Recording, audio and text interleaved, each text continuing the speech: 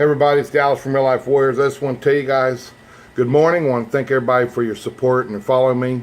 I want to thank you for your help while I was in Titusville and helping out the homeless. We got a meeting coming up this Saturday at the grill on Madison Avenue and Troy Avenue in Southern Indianapolis. Be there by about 1 or 1:30. Stay till 4 or so, maybe a little bit later. We got Big Easter Day coming up on Sunday. I want to talk a little bit about that, but I want to have a little bit different angle. We're always talking about Easter as far as in society, Easter bunnies and Easter egg hunts and stories like that, and those are good. They're a traditional part of American history in the way that we celebrate.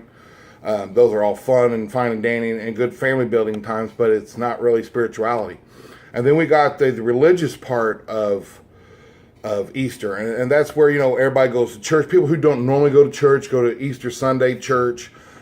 People who normally don't dress up their very best, I dress up to the very, very best on Easter Sunday to go to church. They got cantatas and choir concerts that they normally don't do, and different plays. And the religion part of Easter is a beautiful part in America. We build it up, and we try to build our families, our communities together with that. And so the religious part of it is really neat, but I want to get into a little bit deeper part of Easter and what it means to me and what Easter has actually represented in my life, because it's way much more than the religious or the social aspect of Easter. We're getting into the spiritual aspect.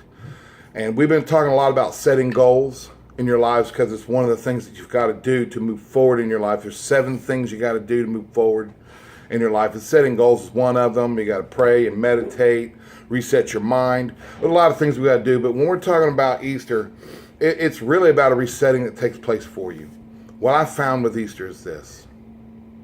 We know the story that Jesus was born of the Virgin Mary, lived a perfect life, started a ministry around age 30, lasted for about 3 years, got some disciples to follow him. He eventually died on the cross, rose again from the dead on the 3rd day, and then ascended to heaven. And this represents Easter, the burial, death, and resurrection and ascension of Jesus. But what does that really mean? For me, I'll tell you what it means. Any of those of you that know me know that my dad died when I was 15, and I was a pretty happy kid and kind of enjoying life, but I started going downhill there. At that very moment in my life, something changed in my mind, something changed within me. When I first heard, your dad is dead, something changed in me.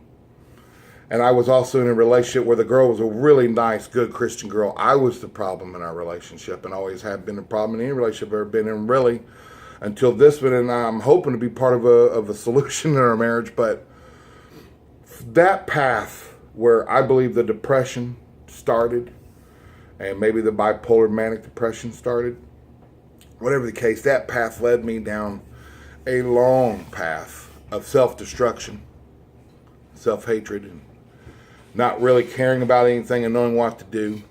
And then I had a kid, and that re-sparked my life and regenerated energy and focus in my life and what I wanted and how I wanted to live. So I was still, I was an angry person. I was undiagnosed and somewhat diagnosed with depression, but undiagnosed with bipolar manic depression, OCD. And I began to get very angry and very temperamental. Eventually, anger became part of who I was. I was just an angry, hurt, broken person. I had an emptiness that could never be filled. It was never filled. I had no relief under any circumstances at any time for anything. I always had a broken heart. Didn't know how to get rid of it. I was raised in church. I gave my life to God, I thought. I had committed myself and prayed, and it just wouldn't go away. And I eventually broke my back in 1995. I didn't even break it, I actually injured it, and I ended up having a small surgery, and I began to take my first pain pills. I had never really dealt with any drugs before, and maybe smoked a little pot here and there, and from 18 to 25 a few times. But I'd never dealt in any other drugs, particularly whether they're legal or not. It doesn't matter. If they're addictive and dangerous, they're addictive and dangerous, legal or not. But I was given the medicine and not really told a lot about it, and just it made me feel better. But what I did notice is, for the first time since my dad died at 15, so from 15 to 25, there was that pain and emptiness could never be healed or comforted or filled up. It was an emptiness and a brokenness in me. And I broke my back. I took my medicine and my pain pills, and I became addicted. Now, I was able to fight off that addiction for a while until eventually I had more and more back surgeries, and I re-injured it and actually broke it. And when I was getting my first Oxycontin, I know I had a conversation with somebody on Facebook, doesn't believe in addiction as a disease. They're just trying to excuse it. And I respect it, because that's exactly what I believed until I took my first Oxycontin. When I took my first Oxycontin, I absolutely changed. Everything within me, my brain, my chemistry, everything changed. But what really mattered here, and I think what people are missing here, is that addiction, whether it be sex or drugs or gambling, is not a disease of only the mind. And if it's even not a disease in your brain of the mind, can we at least open our minds up to the possibility that it is a disease to the willpower? I lost my willpower. I lost self-control, and I lost all self-esteem to the point where I lost my self-worth, where I believed there was nothing about me was valuable to anybody in society, especially to my kids. I had lost my ex-wife. I lost my ability to work. I lost my home. We've been in and out of different people's places to stay, living with them because I couldn't have my money, have my own place. Eventually, I go to my sister's. That fell through. She did a great job and did everything she should do for me, but I relapsed later on as I got older in 2006. And here's where Easter means to me. In 2006, April 26th, we talked about before, I tried to kill myself. I woke up from trying to kill myself, and I found myself at my rock bottom, broken, shattered. My worst devastating moment in my life was not that I tried to kill myself, it's that I woke up from trying to kill myself, and once again, I was a failure. This brokenness left me with nothing else in the pot. I had nothing else cooking on the stove. I was completely hopeless. I couldn't even kill myself right. All I could do was sit and feel bad for myself, and that was not good for me or my kids or society or anything. And here is where Easter comes in. I went ahead and I said, God, if you exist, I was raised in church, so I do believe it. I've lost my faith and gained it and lost in faith, but God, if you exist, and if you are somehow a merciful God, then take this from me. I cannot quit these pills. I cannot live like this and be a good parent or be a good person. I can't do it. It brought me to my knees, a point of surrender, a point of complete surrender. Not to surrender like, hey, God, thank you for giving me, help me go on. I've done that a million times in my life and just kept going on. I'm talking where I was just laying it all on the line. I was like, God, please, man, I can't live like this. My family deserves better. Everybody deserves better. And when I asked him to forgive me, I thought I was way beyond, because I had beat my kids. I had done horrible things. I had tried to hurt a cop and a police officer in a fight. It was a horrible situation in my life. And I had just been and pushed away, got in a divorce and pushed away my ex-wife and led her down the wrong path. He still forgave me. Now, I can't sit here and explain to you exactly what I felt. It's an experiential thing. But I will tell you this, that was April 26, 2006. And it's been a long journey, and I've not been perfect. I've stumbled many times along the way, and I have fallen and fallen and fallen, and still continue to carry that heavy weight of shame on me when I fall. And I think, oh my God, what have I done? What kind of horrible person I am? But people, that's not God. Shame is never part of God. Guilt is. If you're guilty, you're guilty. God will call out your guilt, but he will not condemn you. Shame is not from God. It's from your mind and from the devil. And this is Easter. Easter erases shame. Easter pays for our shame with the blood of Christ. This is my true belief.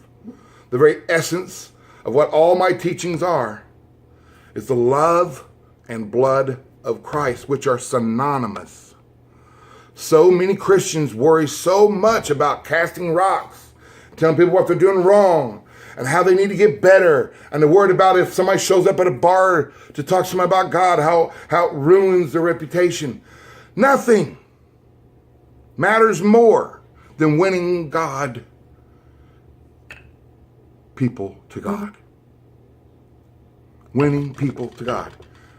In love, not in judgment, not casting stones, not in any religious formality. You don't have to go to church. You don't even have to, even though the Bible's what I live by, you don't have to have it in front of your face. You don't have, in my person, you don't have to have a priest. You don't have to have Gandhi. You just need to have the willingness to open up your heart and your mind to Jesus and ask him to forgive you. And inside you will feel a filling up of a freedom, a breaking of chains, and a filling up. That's what I felt. I felt the breaking of the chains, the releasing of all that horrible weight that I was carrying on my life. And then I felt something else, not just a release, not just a weight leave, but the emptiness was filled up inside. The emptiness that I felt from the loss of my dad and divorce and brokenness and drug addiction and abuse of my kids, and that cycle of guilt that just kept coming was released. But I then was filled with the love of God. And that empowered me to overcome my disease and my addiction, my disorder. It gave me the power to overcome my broken willpower. My broken will was restored. And now, years later, the Lord has brought me to this point, to this day, right here with you for Easter. To not think only of Easter bunny and Easter egg hunts and cantatas and religious church formations. That's great. But remember the power of forgiveness and redemption and the freedom from the bondage and the empowerment and enablement to overcome your addiction, to restore your marriages, to restore your relationships with your children. I'm still walking in faith on a lot of these things, but still believing and calling it out as if it's already happened.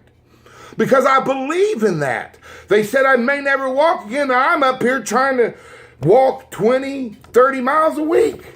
I had gotten up to 60, 65 miles a week. I was 489 pounds. I'm down to a little over 300 now. The Lord gives us power to do things we thought we could never do. He enables us. So people, quit worrying about enabling. Worry about praying and loving. If you're going to cast anything, cast out love. Cast out peace. This is what Easter is to me.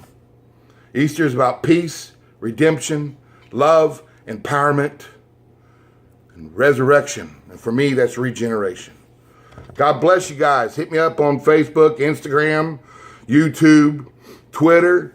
Let's conversate. Come to the restaurant on the corner of Southeast Troy Avenue and Madison Avenue on Saturdays in the afternoons around 1:30 or 2. We'll stay usually about 4.